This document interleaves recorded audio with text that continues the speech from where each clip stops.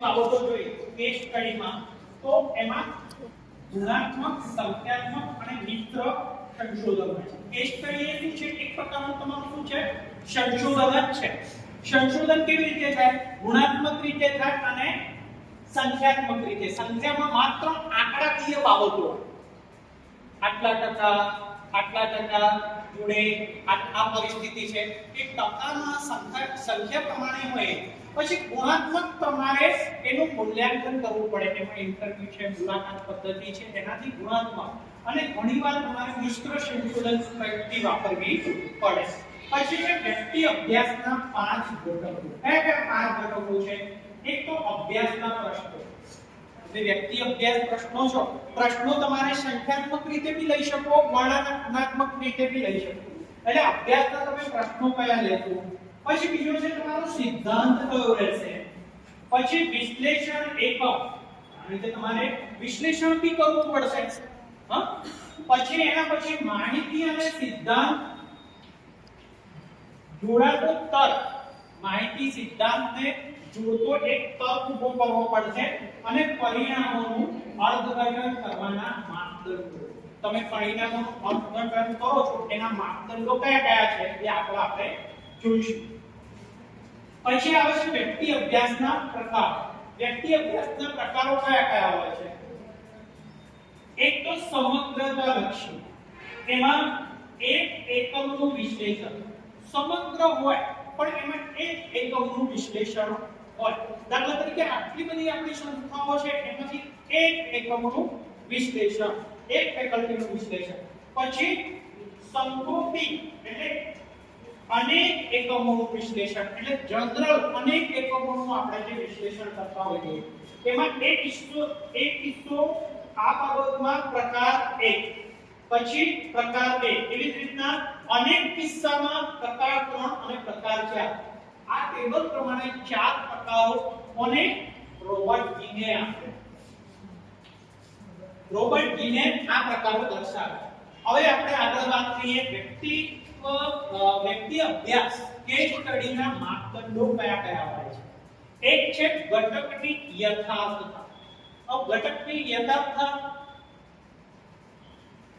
પુરાવા અનેક સ્ત્રોતો વાપરવા. એટલે આપણે પુરાવાના અનેક સ્ત્રોતો વાપરવા પડે. પછી પુરાવાની શ્રેણીકતા રચવી.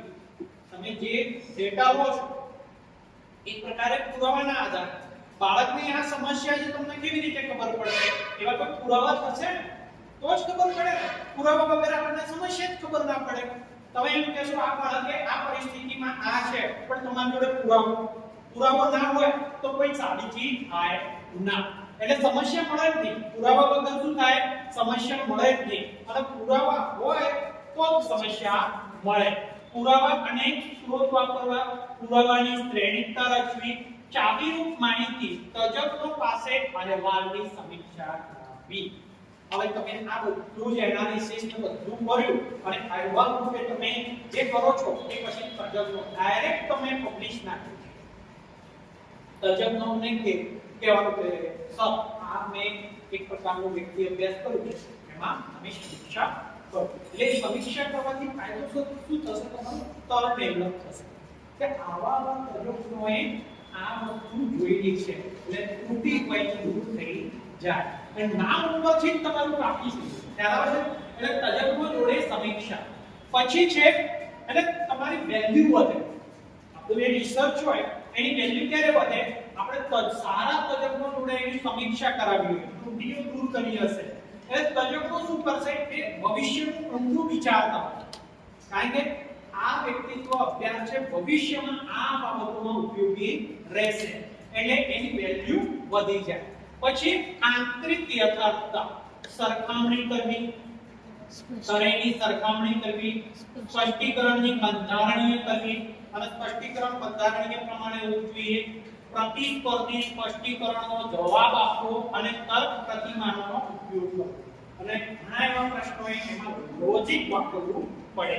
એના પછી બાહ્ય યથાર્થતા. બાહ્ય યથાર્થતા એટલે સત્યતા.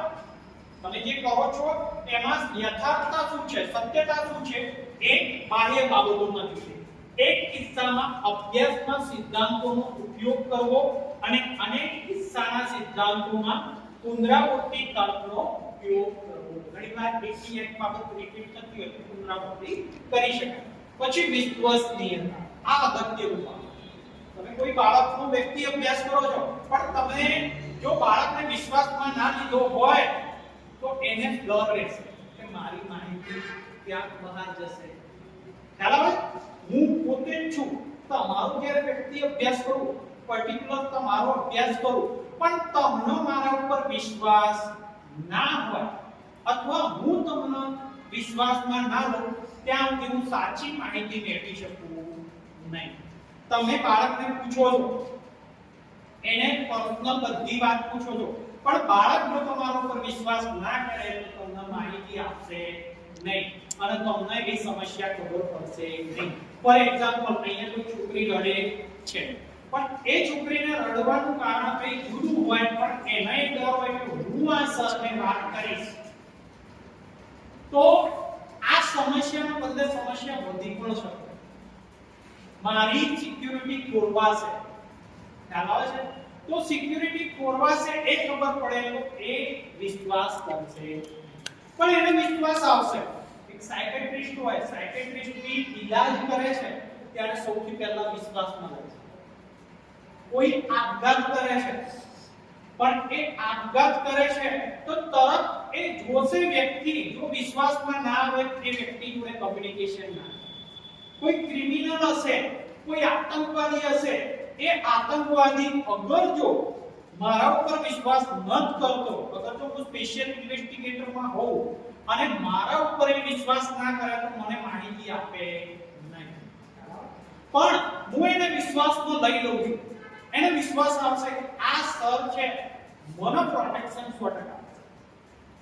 એને ગળા સુધી વિશ્વાસ આવશે તો બધી જ વાત કરી દેશે કે મેં આ જગ્યાએ આ કામ કર્યું, આ જગ્યાએ મેં ખોટી રીતે ઇન્ડિયામાં એડમિશન લીધું, ભારતમાં એડમિશન લઈને મેં બોમ્બ બનાવવાની પ્રવૃત્તિ કરી, પછી મેં આટલી બધી ભીડ જોવાનો પ્રયત્ન કર્યો, ભીડમાં હું બોમ્બ એટલા માટે કરું છું કારણ કે મને એ ખબર છે કે આ સમાજના લોકો, બાકીના લોકો બહુ દુશ્મનો છે મારા, જેમ કે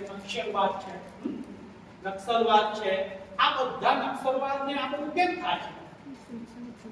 એનું કારણ આ છે કે ઘણી બધી પરિસ્થિતિઓ એને આપણે એક એંગલથી વિચારીએ ને તો એક વસ્તુ છે, આપણે જો સંશોધક થયા, તમે શું થયા? સંશોધક થયા, એટલે તમારું માઇન્ડ કેવું બ્રોડ, નેરો, એક જ એંગલે ના વિચાર. તમારું માઇન્ડ બ્રોડ હશે તો તમે ઓટોમેટિક તમારા ઉપર વિશ્વાસ થશે.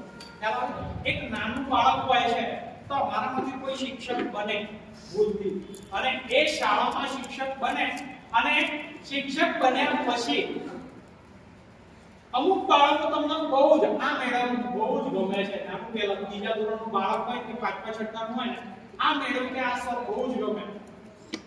એને નાની નાની તકલીફ હોય ને તોય સરને કહી આવે કે મેડમને કહી આવે, કે સારું સારું કીધું હોય તોય કહી આવે, મમ્મીએ મારી હોય તોય કહી આવે.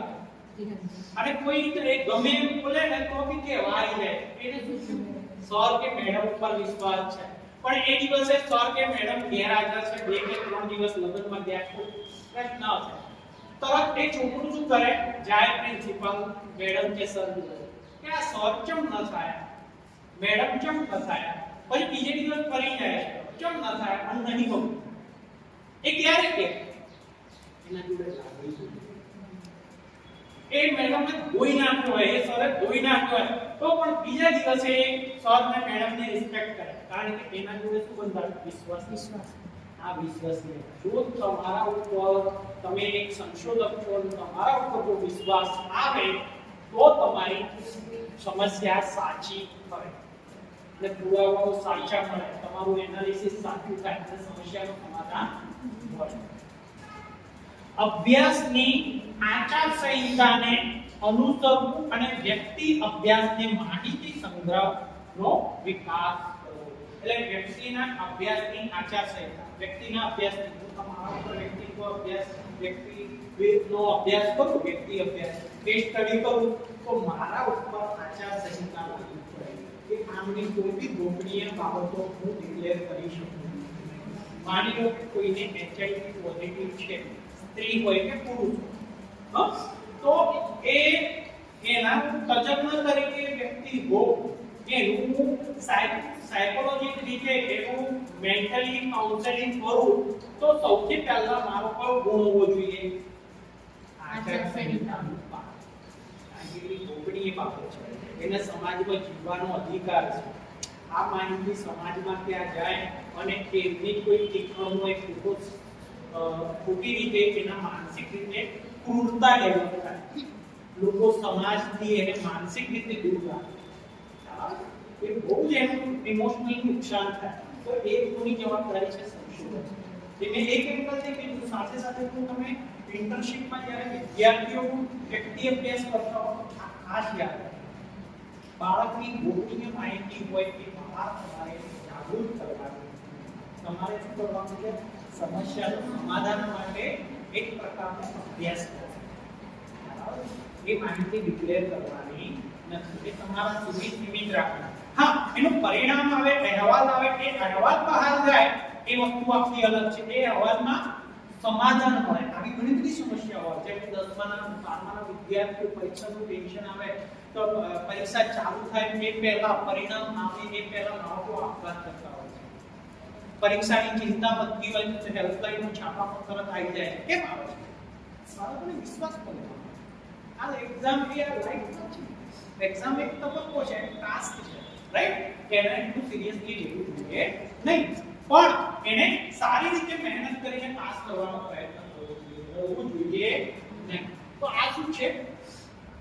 આચારસંહિતા. તો આ શું છે? કેસ સ્ટડીના આપણે માપદંડો જોયા. હવે આગળ આપણે એ છે વ્યક્તિ અભ્યાસના ઉપકરણો. હવે તમે વ્યક્તિ અભ્યાસ કરો છો કે એમાંથી ડેટા કેવી રીતે લઈ શકો? તો ક્યાંથી ડેટા મળી શકે તમને? એક, વ્યક્તિ અભ્યાસમાં માહિતીના કુલ 6 પ્રકારના ઉપકરણો વપરાય છે. ઉપકરણો કયા? એક તો પહેલું દસ્તાવેજ, જૂનું કોઈ આ વર્ષમાં સંશોધન કર્યું છે એવા કોઈ જૂના સંશોધનનો દસ્તાવેજ એ તમે લઈ શકો રેફરન્સ રૂપે. પછી અધિકૃત નોંધ સંગ્રહો, આર્ચિવ રેકોર્ડ, એવું કોઈ રેકોર્ડ છે એ રેકોર્ડમાંથી તમે બાબતો લઈ શકો. પછી પ્રત્યક્ષ અવલોકનો, તમે જોયેલું છે પ્રત્યક્ષ, એ અવલોકનો પણ એ ઉપકરણોમાં આવી શકે. પછી વાસ્તવિક અવલોકન, અને વાસ્તવિક સ્થિતિ શું છે અને દસ્તાવેજોમાં શું છે એ બાબતોનું પણ તમે એ લખી શકો છો, એ જોઈ શકો છો. પછી વાસ્તવિક પદાર્થો, એટલે વાસ્તવિક સ્થિતિ શું છે, વાસ્તવિક ટૂલ્સ કયા છે એ પણ તમે ઉપકરણોમાં લઈ શકો છો. તમારે રિસર્ચ કરવું છે પણ રિસર્ચ રેફરન્સ, હવે દાખલા તરીકે કોઈને સી પાયરેસી ઉપર, સમુદ્રી લૂંટેરા ઉપર રિસર્ચ કરવું છે, એ લોકો એના ઉપરથી તમારે એ એરિયાના દસ્તાવેજ જોવા પડશે. એ જગ્યાની લાઇબ્રેરીમાં જઈને એ જગ્યા વિશે તમારે શોધવું પડશે કે ત્યાંના લોકો કેવા છે, સંસ્કૃતિ કેવી છે, આ પ્રવૃત્તિ કેવી રીતે આવી એમનામાં. ખ્યાલ આવે? તો આ વસ્તુ ઉપકરણો રૂપે લઈ શકાય. આ 5 પ્રકારની બાબતો પહેલા. પછી સંક્ષેપમાં આપણે કહેવું હોય ને કે વ્યક્તિની જેમ સંસ્થાનો વ્યક્તિ અભ્યાસ સંસ્થા થી શરૂથી લઈને કઈ સ્થિતિમાં છે, આગળ કઈ પ્રગતિમાં લેવાય, તેમજ સમસ્યા નિવારણ ધ્યાનમાં લેવાય. હવે સંસ્થા છે હાલ કઈ સ્થિતિમાં છે, એને આગળ કઈ રીતે લઈ જવાની છે, આ સંસ્થાની આગળની સમસ્યા દૂર કરવા માટે કઈ કઈ પરિસ્થિતિ, તો આમાં વ્યક્તિ અભ્યાસ બહુ ઉપયોગી છે. પછી છેલ્લું છે આખું તમે જ્યારે સંશોધન કરો છો, ડેટા કલેક્શન ને બધું કરી દીધું, તો આખા અભ્યાસનો છેલ્લે અહેવાલ લખાય જે વ્યક્તિ અભ્યાસ કેસ સ્ટડી રૂપે આવે છે. આખો અહેવાલ છે તમારા વિચારો વાર્તા રૂપે ન લખવાના, એ આખું વૈજ્ઞાનિક સંશોધનને દસ્તાવેજ રૂપે લખવામાં આવે. તો આ લખ્યું છે વૈજ્ઞાનિક સંશોધન પ્રાયોગિક લેખિત દસ્તાવેજ એટલે વ્યક્તિ અભ્યાસ, એટલે આને કેસ સ્ટડી રૂપે આપણે કહીએ છીએ. તો આટલી નોંધ તમારે કેસ સ્ટડી વિશે હતી.